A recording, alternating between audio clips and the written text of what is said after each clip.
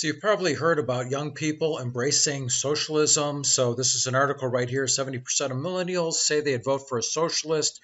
5 facts about their debt-saddled economic situation tells you why. So we're talking about millennials, Gen Z, less likely than older generations to favor capitalism. Only about half of each cohort does, according to the poll. Look at their debt loads and stagnant wages to see why they're embracing socialism. So this gets into some reasons, but I'm going to talk about something, labor participation rate, and some trends that are very interesting. So here's the thing about capitalism. Capitalism requires opportunity. If you go with the message, if you work hard, you can achieve better, but people are working hard, but they're not able to get opportunity to do anything, then they're going to lose faith in capitalism. So it requires opportunity. Now, for me, I went to high school in the 1980s, and in high school, I worked to get money. I had the opportunity to work after school and make additional money. So I had jobs like calling people for the fireman's ball to get money, selling subscriptions to the Chicago Tribune, working at repairing these machines in bars that clean glasses, something I was terrible at, taking care of kids or looking after kids in a after-school program, working parts and services in a lift truck company.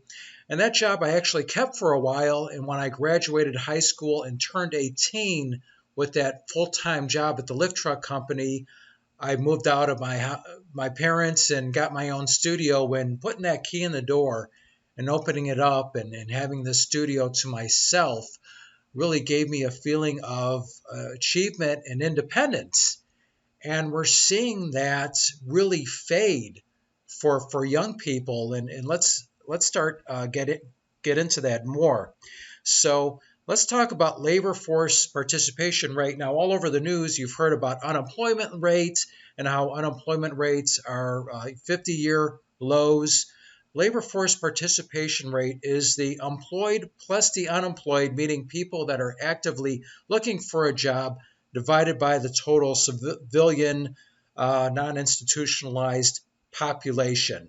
So this was at its height in the year 2000, where it was 67.3.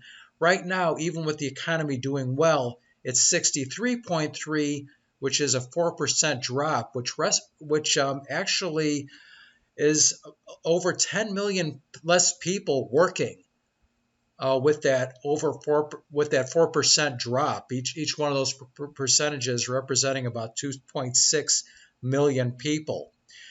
And when we look at the trend, even with the economy doing well, so here we're seeing a slight increase over 15, 16, 17, and 18, but nowhere near this high in 2000. As you see, this has come down, and the increase is just happening a little bit.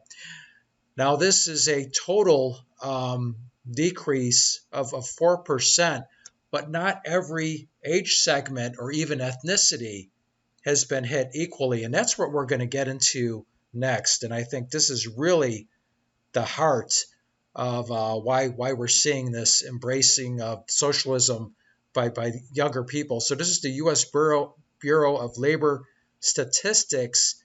Let's get down into the numbers.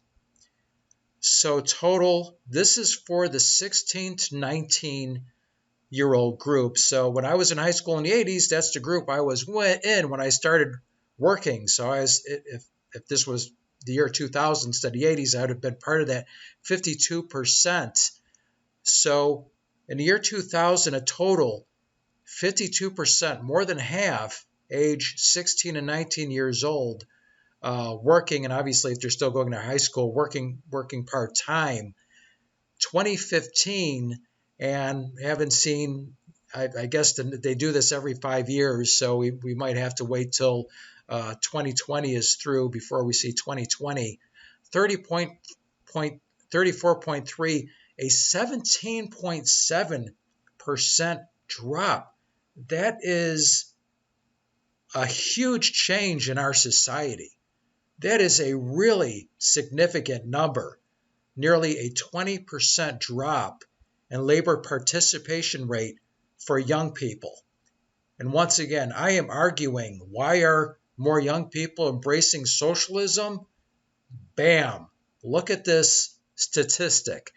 And I would also argue, if you want to bring capitalism back, you've got to have this opportunity for young people to be able to work. Now, when we look at white, that's where the drop is the biggest. So white 16 and 19 from 55.5 to 36.4, 19.1, nearly a 20% drop.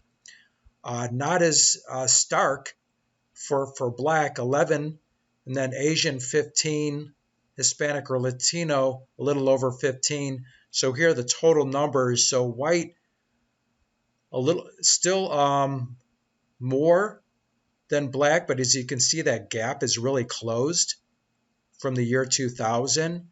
Asian down from 36 to 21, Hispanic 46 to 31, so that's also a pretty significant drop. Now, when we look at years 20 to 24, we see less of a drop, but we're still seeing a drop in that labor force participation rate.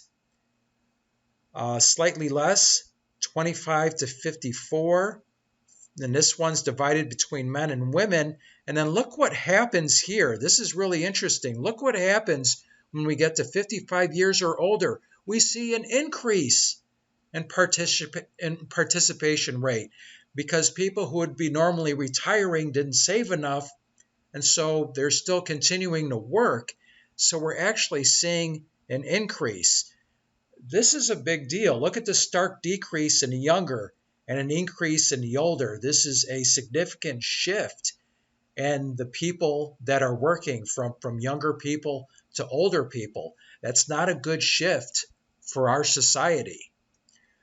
So when we look at women, a larger increase, 55 and over, in the participation rate, especially when you look at the Hispanic or Latino, that's higher.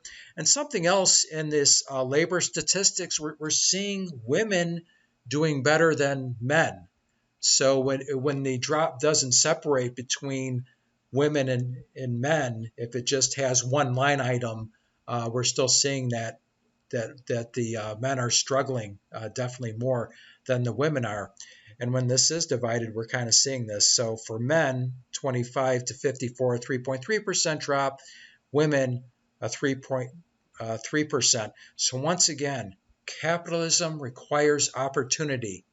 If you don't have opportunity, then what difference does it make? Either way, then you're going to be more in tune with, well, I just want a government that takes care of everybody because capitalism doesn't exist. I'm willing to work hard, but I don't see where I can start working.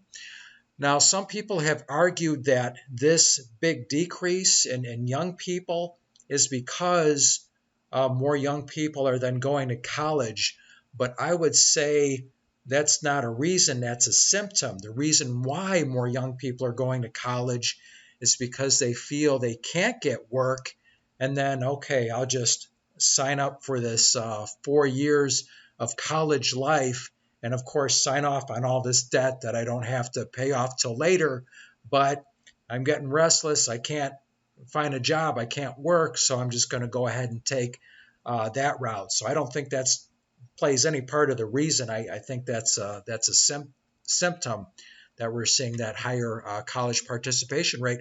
Now, for me, working at an early age and then working throughout my adult life, I used employment college tuition reimbursement to go to college part-time, and I didn't get my degree till I was 40, but didn't carry any of that student debt, and actually broke into the IT industry with certifications, not a college degree, technical certifications. So that's the route that I took.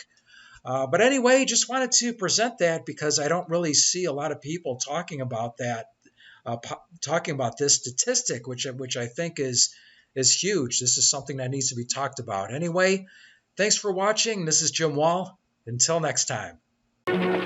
Cisco, do we have to leave all our good friends now? Only until next time, Pancho. Adios, amigos.